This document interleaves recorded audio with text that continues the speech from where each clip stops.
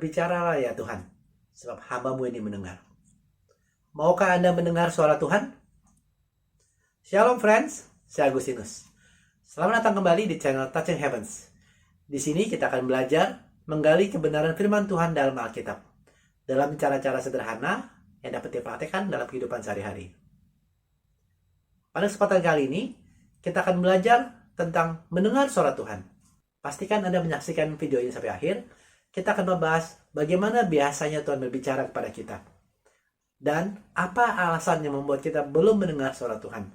Langkah pertama adalah untuk kita mengetahui bagaimana biasanya Tuhan berbicara kepada kita.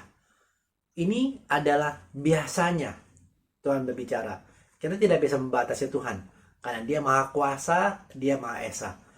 Tuhan bisa berbicara langsung kepada hamba-hambanya, seperti yang dialami oleh Samuel, terdengar di telinga. Ataupun Tuhan bisa bicara lembut dalam hati, atau juga Tuhan bisa memakai banyak segala hal. Tuhan akan selalu menyayangi kita, dan akan selalu berbicara kepada kita. Berikut ini kita akan membicarakan beberapa hal yang Tuhan biasanya berbicara pada kita. Yang pertama adalah melalui firman. Seperti tertulis dalam Injil Yohanes 1 ayat 1. Pada mulanya adalah firman. Dan firman itu bersama-sama dengan Allah, dan firman itu adalah Allah. Firman Tuhan adalah Tuhan sendiri. Kita bisa mendengar suara Tuhan saat kita membaca Alkitab. Bukan seperti kita membaca koran atau membaca posting Twitter.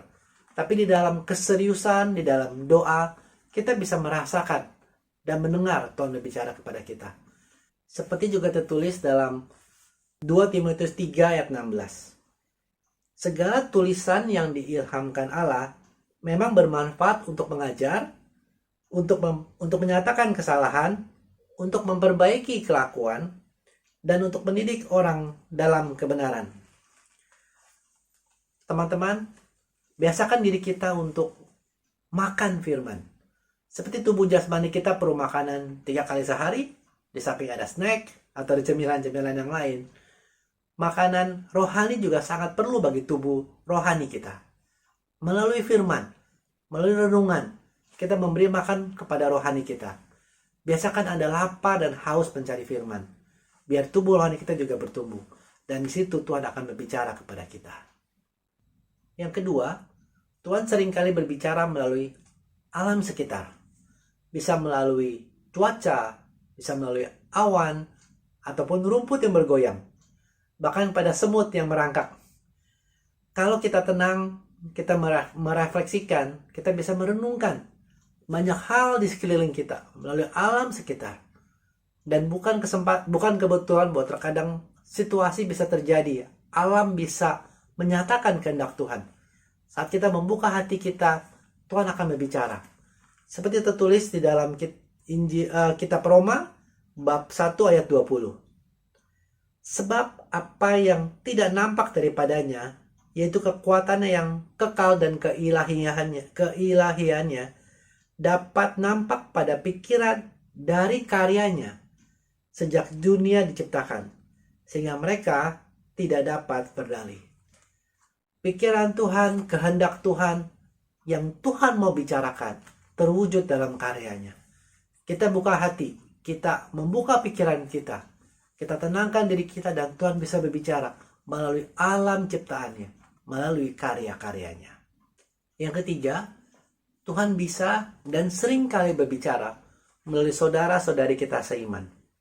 Mungkin teman-teman pernah mengalami, saat kita bertemu saudara-saudari seiman, tiba-tiba mereka berbicara sesuatu yang pas buat kita. Entah itu peneguhan, entah itu teguran, tapi sesuatu itu adalah datangnya dari Tuhan. Dan Tuhan sering sekali bisa pakai orang-orang saudara-saudari seiman kita. Seperti tertulis dalam Injil Matius bab 18 ayat 15. Apabila saudaramu berbuat dosa, tegurlah dia di bawah 4 mata.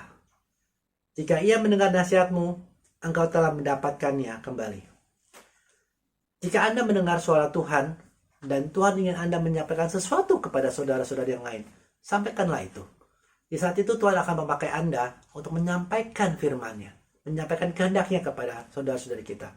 Dan jika kita adalah orang yang Tuhan ingin berbicara kepada kita, kita dengarkan nasihat ataupun masukan dari saudara-saudara seiman kita. Karena di situ Tuhan sedang berbicara kepada kita. Yang keempat, Tuhan juga bisa dan biasanya berbicara melalui puji-pujian, melalui praise dan worship, melalui musik memuji ataupun menyembah Tuhan. Karena musik ataupun lagu-lagu praise dan worship dibuat berdasarkan firman. Banyak kata-kata firman yang disampaikan melalui lagu dan pujian itu. Dan di situ seperti poin pertama tadi, firman adalah Allah sendiri. Saat kita menyampaikan firman, saat kita memuji dan menyembah dengan firman, Tuhan juga bisa berbicara kepada kita. Kita buka hati, kita sembah Dia dengan seluruh keberadaan kita. Dan Tuhan akan berbicara kepada kita. Ingat teman-teman, bahwa Tuhan itu bersemayam di atas puji-pujian, di atas penyembahan kita. Itu tertulis dalam Alkitab. Dalam Mazmur bab 22 ayat keempat. Padahal engkaulah yang kudus, yang bersemayam di atas puji-pujian orang Israel. Saat kita punya kesempatan untuk memuji dan menyembah Tuhan, buka hati kita. Karena seringkali Tuhan akan berbicara secara pribadi kepada kita di saat kita menyembah dan memuji Tuhan. Cara Tuhan yang berbicara kelima adalah melalui situasi. Memang hal ini sangat generik, hal ini sangat luas. Tapi Tuhan bisa pakai banyak-banyak situasi. Karena seperti tertulis dalam kitab Roma bab 8 ayat 28. Kita tahu sekarang bahwa Allah turut bekerja dalam segala sesuatu untuk mendatangkan kebaikan bagi mereka yang mengasihi Dia, yaitu bagi mereka yang terpanggil sesuai dengan rencana Allah. Kita bisa mengalami situasi, baik yang menyenangkan, baik yang tidak menyenangkan. Situasi itu bisa Tuhan pakai untuk menegur, untuk menghibur kita atau menguatkan kita. Peristiwa di kantor, saya perlu mendiskusikan urusan pekerjaan, suatu proyek dengan seorang pimpinan di kantor kami. Sangat sulit untuk bertemu beliau ini karena padatnya jadwal beliau. Saya sudah berusaha mengkontak melalui sekretaris ataupun mengkontak beliau langsung. Belum berhasil. Saya berdoa kepada Tuhan, minta pertolongan Tuhan, minta bimbingan Tuhan. Suatu hari saya mendapat dorongan yang saya percaya dari Roh Kudus untuk pergi ke toilet. Walaupun sesuatu yang mungkin lucu, tapi saya merasa oke lah, saya akan pergi ke toilet lagi gitu. Waktu di toilet, tanpa diduga saya bertemu dengan pimpinan itu. Saya mohon izin, saya berbicara kepada bapak itu, apakah bisa mendiskusikan sebentar? Ada beberapa pertanyaan tentang proyek pekerjaan kami. Dan di WC itu kami berdiskusi. Selesai keluar dari WC, urusan pekerjaan kami juga selesai. Mungkin teman-teman ada menganggap sebagai kebetulan. Tapi bagi saya, itu adalah peristiwa di mana Tuhan berbicara. Dan saya mendengarkan. Karena kita taat, urusan saya waktu itu selesai. Dapat kita bayangkan bahwa Tuhan bisa bekerja dalam segala situasi. Sepanjang kita taat, bahkan Tuhan akan membimbing dan membawa kita kepada keberhasilan. Juga ada kesaksian yang lain. Hal ini bicara soal intervensi Tuhan. Tuhan berbicara juga melalui situasi. Saya pernah waktu dulu tergoda oleh pornografi. Gimana pornografi melalui komputer, laptop. Dan di saat saya mulai mencari-cari, Tuhan melakukan sesuatu hal yang lucu mungkin. Lampu listrik mati. Karena listrik mati, maka laptop itu juga mati. Di situ Tuhan menegur saya. Tuhan menghindarkan saya dari dosa. Ingat teman-teman, situasi bisa terjadi di mana Tuhan akan pakai. Dan Tuhan akan berbicara kepada kita. Tinggal kita mau mendengarkan Tuhan atau tidak. Tinggal kita mau mengikuti bimbingan Tuhan atau tidak. Tetapi Tuhan terus berbicara karena Tuhan sayang kepada kita. Pada bagian berikut ini, kita akan membahas mengapa kita belum mendengar suara Tuhan. Kita dapat membaca pada kitab 1 Samuel bab 3 ayat 1-10. Kita akan breakdown beberapa hal yang ada di sana. Yang pertama dikatakan di situ bahwa Samuel tidur di bait Allah, di dalam tabut Tuhan. Teman-teman, pelajaran pertama perihal kita belum mendengar suara Tuhan adalah apakah kita berada atau tidak dalam hadirat Tuhan. Samuel berada dalam bait Allah, sehingga dia mendengar suara Allah. Apakah kita punya relasi nggak sama Tuhan? Ataukah kita jauh dari Tuhan? Bahkan kita terhalang oleh dosa. So firman Tuhan berkata, dosalah yang membuat kita ada jurang pemisah antara kita dengan Tuhan. Samuel sangat-sangat dekat dengan Tuhan. Dia berada dalam baitnya. Tapi jika kita di luar Tuhan, apalagi karena ada dosa, seperti tertulis dalam kitab Yesaya 59 ayat 2, tetapi yang merupakan pemisah antara kamu dan Allahmu ialah segala kejahatanmu, dan yang membuat dia menyembunyikan diri terhadap kamu sehingga ia tidak mendengar ia segala dosamu. Teman-teman, bereskan dulu dosa.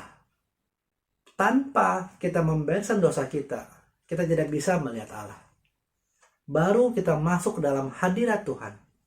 Tanpa kita masuk dalam hadirat Tuhan seperti Samuel, kita tidak bisa mendengar Tuhan. Jangan sampai kita juga sekedar hadir di bait Tuhan, tapi tidak mencari hadiratnya. Sekedar hadir adalah sekedar datang.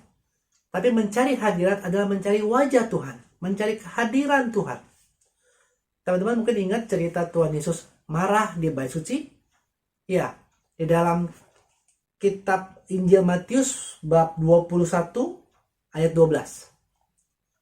Lalu Yesus masuk ke bait Allah dan mengusir semua orang yang berjual beli di halaman bait Allah. Ia membalikan meja-meja penukar uang dan bangku-bangku pedagang merpati. Para penukar uang, para pedagang-pedagang merpati ini hadir di bait Allah. Tapi mereka tidak mencari hadirat Tuhan. Mereka ke situ untuk berdagang, untuk mencari urusan duniawi, untuk mencari kepentingan mereka sendiri. Tentunya mereka tidak dapat mendengar suara Tuhan. Teman-teman, apakah kita sudah hadir di bait Allah? Apakah kita sudah hadir di dalam kebenaran Tuhan?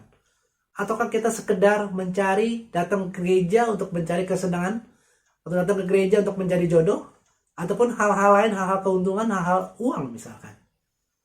Untuk kita bisa mendengar suara Tuhan, kita harus hadir dalam bait Allah, dalam hadirat Tuhan, dan jauhkan dosa.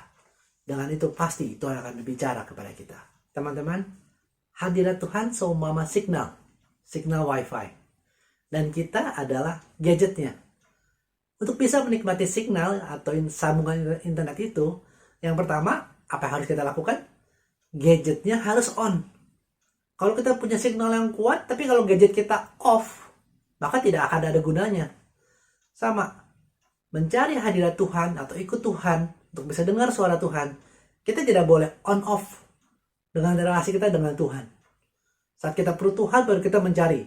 Saat kita tidak perlu, saat bahagia, kita tidak cari Tuhan. Saat ada masalah, baru kita berdoa, baca Alkitab. Saat semua baik-baik saja, kita lupa. Tidak bisa begitu. Signal kita ada. Hadirat Tuhan asal umpama signal. Dan gadget kita harus on. Kita harus terus mencari hadirat Tuhan. Juga seumpama dengan passwordnya yang kedua. Ada signalnya, ada jaringan Wi-Fi-nya, tapi kalau kita nggak punya passwordnya, kita nggak bisa login. Passwordnya adalah Tuhan kita Yesus Kristus. Saat kita memakai password yang tepat, kita bisa mendengar suara Tuhan. Tanpa password itu, tanpa Tuhan Yesus Kristus, kita akan bingung. Siapa Tuhan yang kita dengarkan? Jangan-jangan itu adalah perasaan kita sendiri. Juga, jangan sampai kita sendiri memencet airplane mode di dalam gadget kita. Signalnya ada, passwordnya sudah tahu, tapi kita yang pencet airplane mode.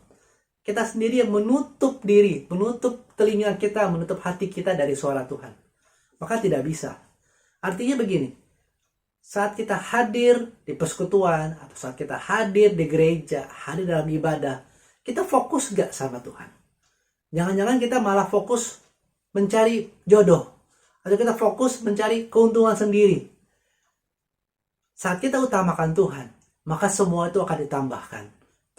Tuhan akan berkati kita, Tuhan akan berikan jodoh kita. Saya sendiri bertemu dengan pasangan, bertemu dengan istri di persekutuan doa. Hal yang anugerah daripada Tuhan.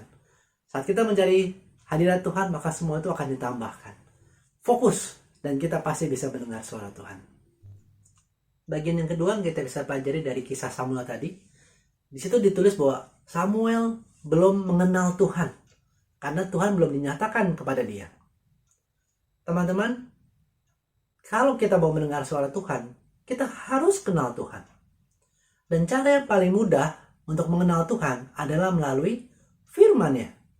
kita pernah bahas bahwa firman itu adalah Allah sendiri. Dan saat kita membaca firman, Tuhan bisa dinyatakan kepada kita. Dan tugas teman-teman Anda sekalian yang sudah terlibat dalam pelayanan, yang sudah aktif dalam firman Tuhan, adalah kita mewartakan sebisa mungkin, sebanyak mungkin, tidak hanya melalui kata-kata, tapi melalui tindakan kita.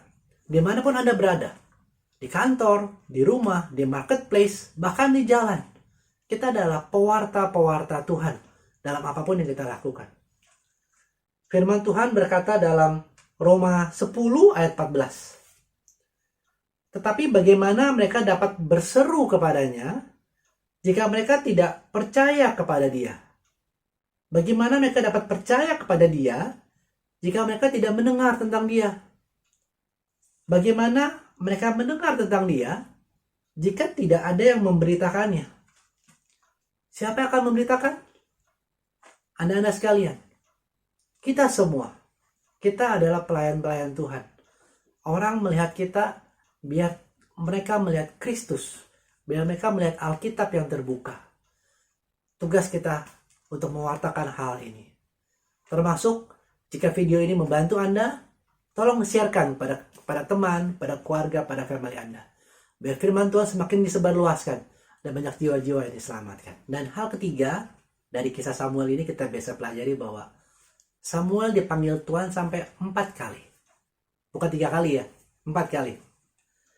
Di sini kita bisa tarik pelajaran bahwa kita mendengar suara Tuhan, tapi jika kita banyak kebisingan yang lain. Samuel waktu dipanggil, dia datang pada Eli. Ya. Tapi teman-teman, buat kita adalah kita perhatikan, apakah kita memiliki suara-suara yang lain yang membuat kita bising sehingga kita tidak mendengar suara Tuhan. Mungkin kita masih berdoa dengan meminta-minta. Nothing wrong with that. Tapi belajar untuk mendengarkan suara Tuhan. Duduk diam, berbicara kepada Tuhan, dan berikan kesempatan Tuhan berbicara kepada kita. Tuhan bisa berbicara dalam banyak hal, seperti dari bagian pertama yang kita bahas tadi. Renungkan firman Tuhan, renungkan situasi, renungkan alam sekitar, renungkan perkataan saudara-saudara seiman kita. Dan pastilah Tuhan akan selalu berbicara, menegur, menguatkan, dan membangun kita. Semoga hal-hal singkat ini bisa membuat teman-teman lebih mengenal Tuhan dan mendengar suaranya. Karena Tuhan begitu sayang pada Anda. Kasih karunia Tuhan Yesus Kristus menyertai Anda sekalian. Amin.